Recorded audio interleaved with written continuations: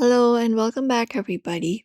In today's video, we are going to guide you through the process to lock your profile picture on your Instagram account so that others cannot zoom on it. So let's just dive right in and get started.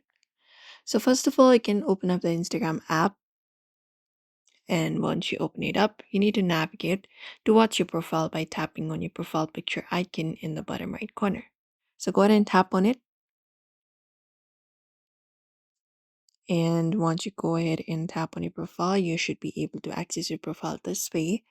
So what you need to do is from this section, basically look out for the three horizontal lines in the top right corner to open up the menu.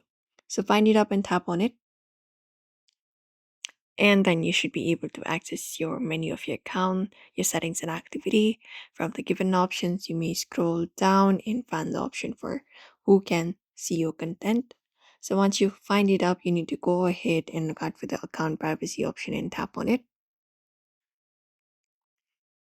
And once you tap on it from the section, you just need to toggle off the option of allowing profile picture expansion.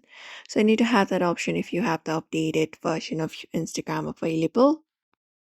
So it should be available something like this. Right now, I do not have it, but if you have this option available in your profile, you just need to go ahead and toggle off this option of allowing profile picture expansion.